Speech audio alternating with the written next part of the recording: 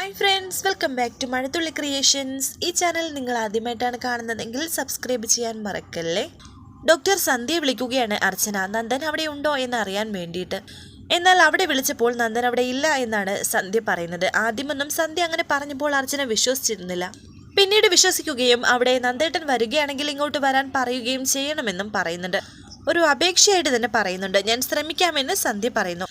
നന്ദേട്ടന്റെയും ഡോക്ടറിന്റെയും ബന്ധം അച്ഛൻ അറിഞ്ഞാലുണ്ടല്ലോ, പിന്നെ ഒരിക്കലും നന്ദേട്ടൻ അച്ഛൻ ഡോക്ടറിനെ പഴയതുപോലെ കാണില്ല എന്നൊക്കെ അർച്ചന സന്ധ്യയോട് പറയുന്നുണ്ട്. എന്നിട്ട് ഫോണും വെച്ചു.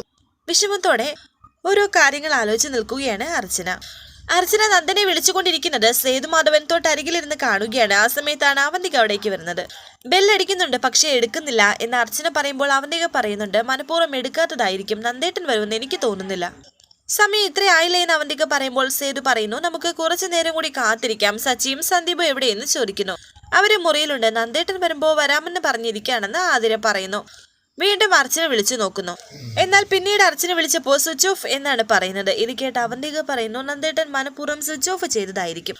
ഞാൻ എന്ത് ചെയ്തിട്ടാ നന്ദേട്ടൻ എന്നോട് ഇങ്ങനെ കാണിക്കുന്നത്? ഒരു വെഡിങ് ആനിവേഴ്സറി ആഘോഷിക്കണമെന്ന് പറയുന്നത് അത്ര തെറ്റായ കാര്യമാണോ? അതും അച്ഛൻ നിർബന്ധിച്ചിട്ടല്ലേ എല്ലാം ഒരുക്കിയത്. കാത്തിരിക്കാൻ തുടങ്ങിയിട്ട് എത്ര നേരമായി? എന്നെ അപമാനിക്കാനല്ലേ ഇങ്ങനെ ഒഴിഞ്ഞു മാറി നടക്കുന്നത്? അച്ഛനല്ലേ പറഞ്ഞത് നന്ദേട്ടൻ വരുമെന്ന്? ഇപ്പോ എന്തായി? എനിക്ക് അവന്തിക ചോദിക്കുമ്പോൾ സ്നേഹ അനക്കയോട് പതിയെ പറയുന്നുണ്ട്, നിന്റെ ചേച്ചിക്ക് കരയാനൊക്കെ അറിയാമോ എന്ന്. സ്വന്തം കാര്യത്തിന് വേണ്ടി അവരെന്തും ചെയ്യും. കുറച്ചുകൂടി സിമ്പറി കിട്ടാൻ നെഞ്ചത്തെടുത്ത് അടിച്ച് കരഞ്ഞു എന്നും ഇരിക്കും എനിക്ക് അനക്കയും പറയുന്നുണ്ട്. എവിടുന്ന് കിട്ടി നിനക്ക് ഇങ്ങനെയൊരു ചേച്ചി എന്നൊക്കെ സ്നേഹ പറയുന്നുണ്ട്. അർച്ചന പറയുന്നു, ഇനി കാത്തിരിക്കുന്നതിൽ അർത്ഥമുണ്ടോ അച്ഛാ? ഒരു 10 മിനിറ്റ് കൂടി നോക്കാം, എന്നിട്ട് വന്നില്ലെങ്കിൽ അവന്തിക തന്നെ കേക്ക് കട്ട് ചെയ്യട്ടെ എന്ന് സേതു പറയുന്നുണ്ട്. ദേഷ്യത്തോടെ അവന്തിക പറയുന്നു, ഇല്ല, നന്ദേട്ടൻ വരാതെ ഞാൻ ഈ കേക്ക് കട്ട് ചെയ്യില്ല. മോളെ അങ്ങനെ പറയരുത്, എന്റെ വാക്ക് അവൻ നിഷേധിക്കുമെന്ന് ഞാൻ കരുതിയില്ല. എന്നോടുള്ള ദേഷ്യം തീർക്കുകയാണ്. എനിക്കറിയാം നന്ദേട്ടൻ വരില്ലെന്ന്. വേണ്ട, ഒരാഘോഷം വേണ്ട. ഇനി എന്റെ ജീവിതത്തിൽ ഞാൻ ഒരു വെഡിങ് ആനിവേഴ്സറിയും ആഘോഷിക്കില്ല. എല്ലാരും പോയെന്ന് പറഞ്ഞ് എല്ലാവരെയും പിടിച്ചു തള്ളിയിട്ട് ബലൂണൊക്കെ വലിച്ചു പൊട്ടിച്ച് കളയുകയാണ് അവന്തിക. തടയാൻ വന്ന അനക്കയെ പിടിച്ചു തള്ളുകയാണ് അവന്തിക. ഇപ്പൊ വരും മോളെ എന്നൊക്കെ ഇങ്ങനെ സേതു പറയുമ്പോൾ അവന്തിക പറയുന്നു, വേണ്ട, ഇത്രയും നേരം എല്ലാവരെയും കാത്തിരുത്തിയിട്ട് ഇനി അങ്ങനെ വരണ്ട, എല്ലാം നശിക്കട്ടെ. ആ കേക്കും എടുത്ത് വലിച്ചെറിയുകയാണ് ചെയ്തത്. എത്ര സന്തോഷമായി ഞാൻ കാത്തിരുന്നതാണ്. കരയിച്ചില്ലേ എന്നെ, കരയിച്ചില്ലേ, ഇത് മനഃപൂർവ്വം ചെയ്തതാണ് എന്ന് പറഞ്ഞ് ദേഷ്യത്തോടെ കരഞ്ഞുകൊണ്ട് അവിടുന്ന് പോവുകയാണ് അവന്തിക. സേതു പറയുന്നു, അവൻ ചതിച്ചുള്ള മോളെ, അച്ഛൻ പറഞ്ഞിട്ടും അവൻ കേട്ടില്ലല്ലോ. ഈ സമയം അർച്ചനയുടെ ഫോണിലേക്ക് ഒരു മെസ്സേജ് വരുന്നു. അച്ഛൻ നന്ദേട്ടൻ എവിടെയുണ്ടെന്ന് എനിക്കറിയാം, അച്ഛൻ സമ്മതിച്ചാൽ ഞാൻ പോയി വിളിച്ചോണ്ട് വരാം എന്ന് അർച്ചന പറയുമ്പോൾ സേതു പറയുന്നു, ഇനി പോകണ്ട, എല്ലാം അവള് നശിപ്പിച്ച് കളഞ്ഞില്ലേ എന്ന്. എന്നാലും ഞാനൊന്ന് പോയിട്ട് എന്ന് അർച്ചന പോയിട്ട് വരൂ, ഇത് അങ്ങനെ വിട്ടാൽ പറ്റില്ലെന്ന് സേതുമാധവനും പറയുന്നു. അങ്ങനെ അർച്ചന പോവുകയാണ് നന്ദനെ വിളിക്കാനായിട്ട്. മുറിയിലെത്തി അവന്തിക സന്തോഷത്തോടെയാണ് നിൽക്കുന്നത്. അവന്തികയുടെ ഒരു നാടകം മാത്രമായിരുന്നു ഇത്, എല്ലാവരെയും ഒന്ന് ബോധ്യപ്പെടുത്താൻ വേണ്ടിയിട്ട്. ഈ സമയം അവന്തികയുടെ ഫോണിലേക്ക് ഒരു കോള് വരുന്നു. വിളിക്കുന്നത് മൂർത്തി. നന്ദൻ എവിടെയാണുള്ളതെന്ന് കണ്ടിട്ടുണ്ടെന്ന് പറയുന്നുണ്ട്. നന്ദൻ ഇപ്പോൾ ഉള്ളത് സന്ധ്യയുടെ അരികിൽ. സന്ധ്യയും നന്ദനും ഒന്നിച്ചിരിക്കുകയാണ് ഒരു റെസ്റ്റോറൻറ്റിൽ. അർച്ചന കുറച്ച് മുന്നേ എന്നെ വിളിച്ചിരുന്നു, ഞാൻ കാരണം ഈ വെഡിങ് ആനിവേഴ്സറി മുടങ്ങരുത് എന്ന് പറയാനായിട്ട്. അർച്ചന വല്ലാത്തൊരു പ്രതിസന്ധിയിലാണ്. അച്ഛൻ പറയുന്നത് കേൾക്കാൻ മാത്രമേ ഇപ്പോൾ അർച്ചനയ്ക്ക് കഴിയൂ എന്ന് നന്ദൻ പറയുമ്പോൾ സന്ധ്യ പറയുന്നു, എന്റെയും കാര്യം അങ്ങനെയാണ്. നന്ദൻ അറിയാലോ അച്ഛൻ എൻ്റെ കാര്യത്തിൽ എന്തുമാത്രം ഒരു കൺസേൺ ഉണ്ടെന്ന്.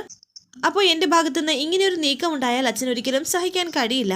ഡിവോഴ്സിന് ശേഷമാണെങ്കിൽ എനിക്ക് അച്ഛൻ്റെ മുന്നിൽ ചെന്ന് നിൽക്കാൻ കഴിയും എന്നൊക്കെ സന്ധ്യ പറയുന്നുണ്ട്. ഇതേ സമയം അർച്ചന അവിടെ എത്തി.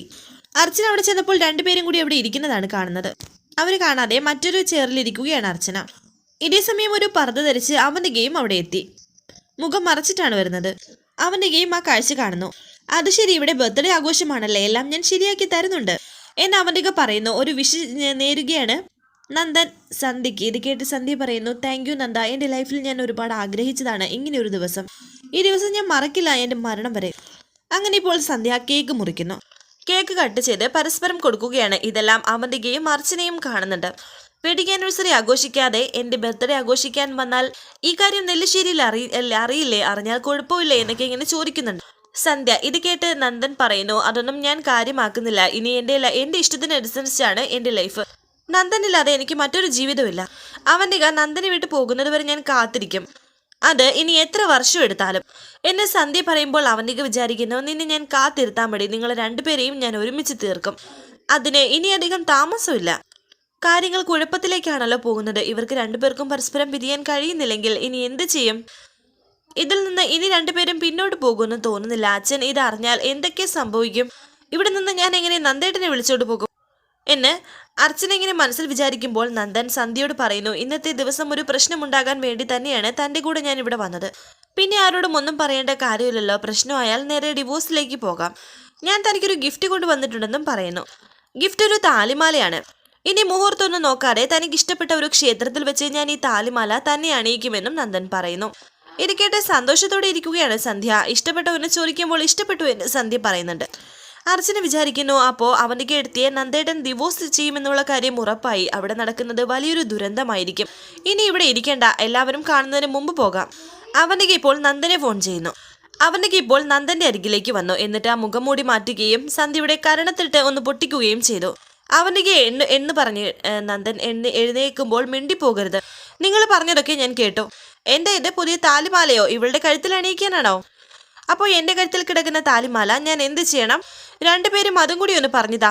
നിങ്ങൾ എന്നോട് ഡിവോഴ്സ് ആവശ്യപ്പെട്ടപ്പോഴേ ഞാൻ ഊഹിച്ചിരുന്നു ഇതിനു വേണ്ടിയിട്ടായിരിക്കുമെന്ന്. ഇങ്ങനെയൊരു മീറ്റിംഗ് ഉണ്ടാകുമെന്നും ഞാൻ പ്രതീക്ഷിച്ചു.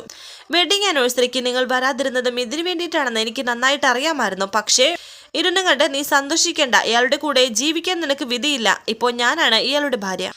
എന്നെ ഉപേക്ഷിച്ചിട്ട് ഇയാളുടെ കൂടെ ഒരു ജീവിതം, അത് നിങ്ങൾ ഈ ജന്മത്തെ പ്രതീക്ഷിക്കേണ്ട. ആ മുഖം നടക്കില്ലെന്ന് പറഞ്ഞ് അവനിക അവിടെ നിന്ന് പോകുന്നുണ്ട്. വരാനിരിക്കുന്ന പുതുപുത്തൻ എപ്പിസോഡുമായി വീണ്ടും കാണാം. Thank you for watching. Please subscribe, like, share my channel.